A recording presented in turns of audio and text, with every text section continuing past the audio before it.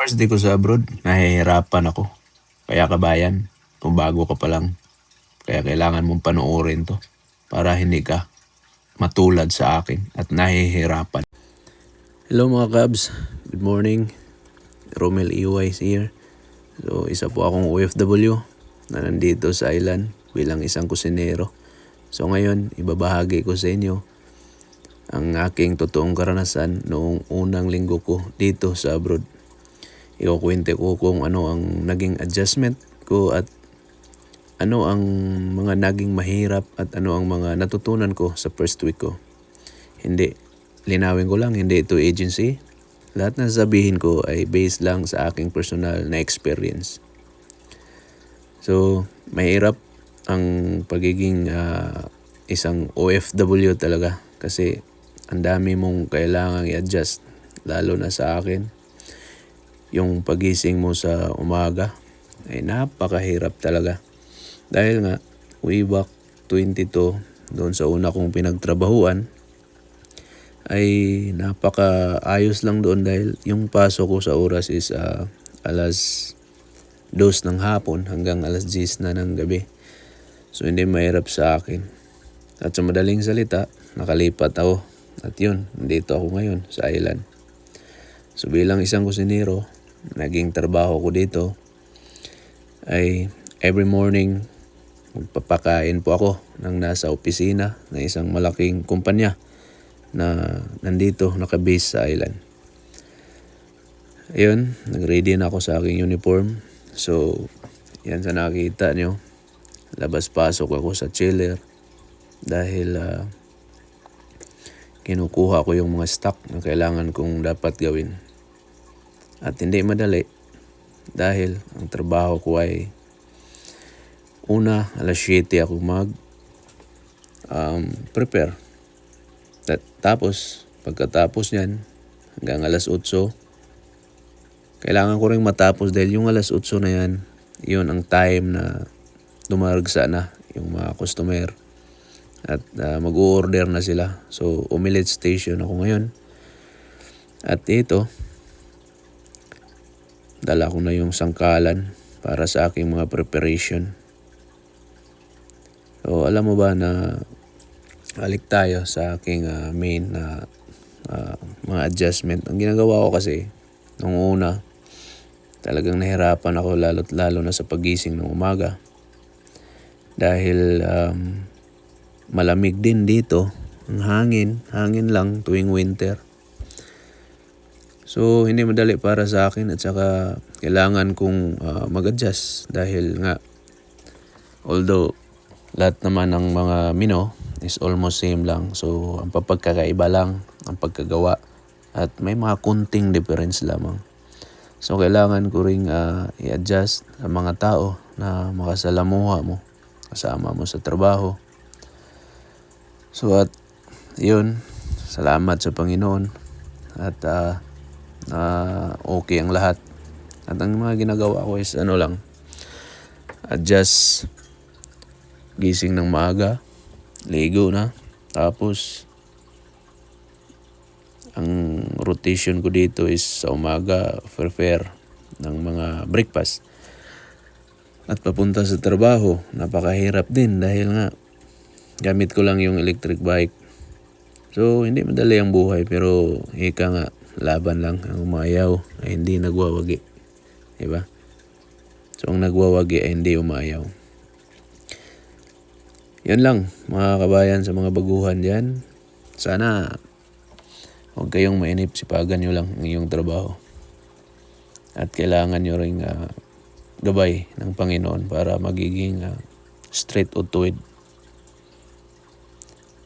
Focus lang sa trabaho.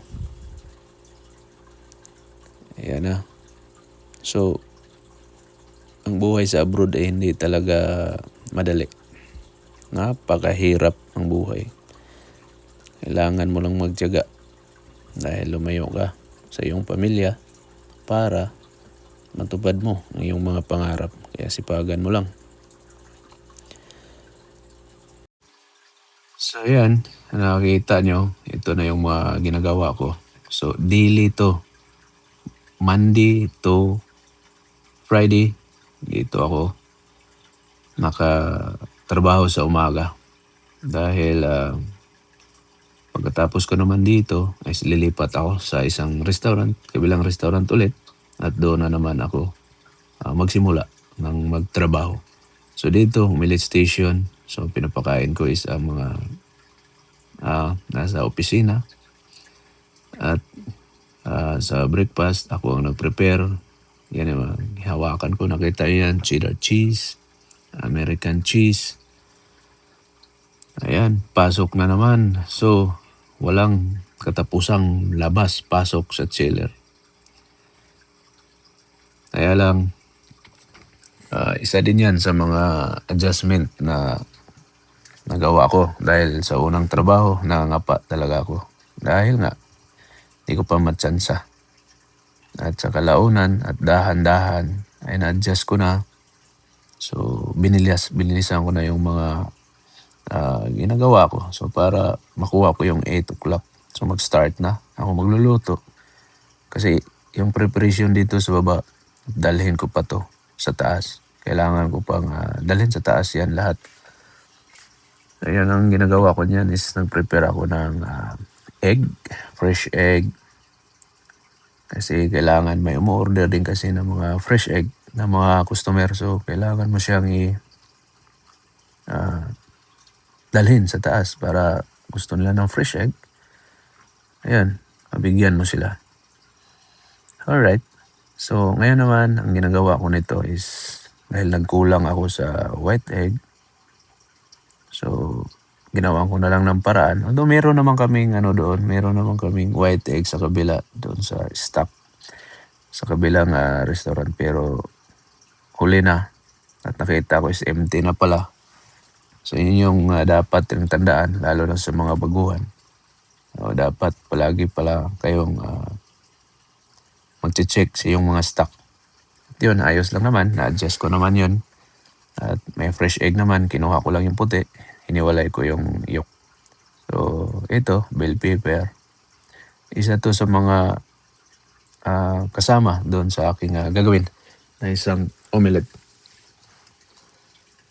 At yun lang, tamang slice, bite size para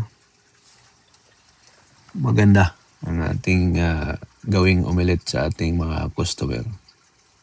So ang pagka-slice ko na yan ay cubes ko lang at saka bite size lang. Hindi naman masyadong maliit at di naman masyadong malaki. Ika nga, katamtaman lang, mapasok sa bunganga. At yun, binalisan ko na ang aking pag-slice dahil ay talagang ang oras dyan is alas 7:20 na. So kailangan ko matapos at pabilisan para makaprepare. At yung onion kasali din yan sa aking ginagawa. Ayun na, mga kabs. So yan ang ginagawa ko daily. At yun, okay na, prepare ko na lahat. So, kompleto ricados na tayo. So, dating gawi, tulak ng aking trolley. Paakyat na naman ng level 1. Dahil doon ang aking station sa pagluluto ng omelette. At di mo rin siya pwedeng ihagdan dahil napakalayo. So, mas madali dito tayo sa high-tech na daanan. Isang pindot lang, bukas pindot ulit sa number 1 para dalhin tayo sa lugar kung saan tayo magluluto. At yun, napakabilis. At ito pala yung kitchen na aking lulutuan. So, yan, makikita nyo. Alright, yun. Ayan. So, medyo mahirap din itong ginagawa ko dahil bago to lahat ng aming lagayan. So, wala na yung maglagay kami ng yellow. So, per portion or may box po, kailangan mo rin tsansahin. Dahil minsan, pag di mo maayos pagkalagay, mahulog at pagkuha ng customer, mahulog din. Kaya, kailangan mo siyang ayusin. At maliban sa ayusin, kailangan mo rin bilisan dahil maya-maya niyan, meron na namang customer na naghihintay. Kasi ang mga tao dito kasi At alam nilang 8:00 na ang pagbukas namin sa cafeteria, ay talagang napakalupit. Ay pumunta naman ang 7:40 or 7:45. So, tamang hintay lang muna sila sa gilid dahil hindi pa ako tapos sa pag-prepare. Dito banda, dito nakalagay yung mga in-slice ko. Dito ko siya nilalagay dahil mas madali sa gitna para sa customer. Ayan, dumaan na yung isang kasama na isang cashier dito. So, dalawa lang pala kami dito sa taas. Ako isang kusinero, siyang isang cashier. Ako ang tagaluto. Ayun. Siya ang taga-timbang. At ang order pala nila dito is per grams. So, sa atin kailangan mong sukatin po dito kung ilan yung makukuha mo. So, anuhin mo siya. Kailangan mong timbangin.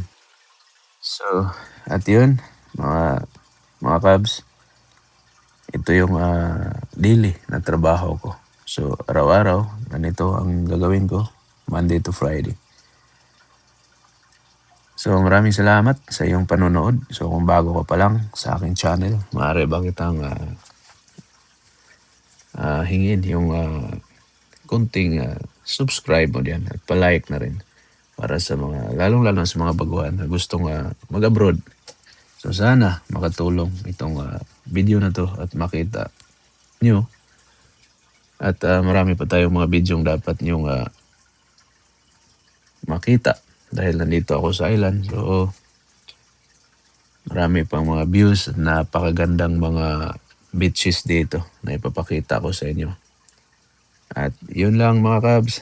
Sana makatulong sa inyong lahat. At magandang araw, magandang buhay. Saan ka man ngayon sa mundo. Mag-iingat ka palagi. At kailangan mo ang gabay ng Panginoon para ikaw makasurvive. Lalo na sa ating mga OFW ay napakahirap talaga sa isang OFW na malayo sa pamilya. Kaya kailangan mong sipagan at kailangan mong dasal para tuwid ang lahat. Magandang araw. Have a blessed day.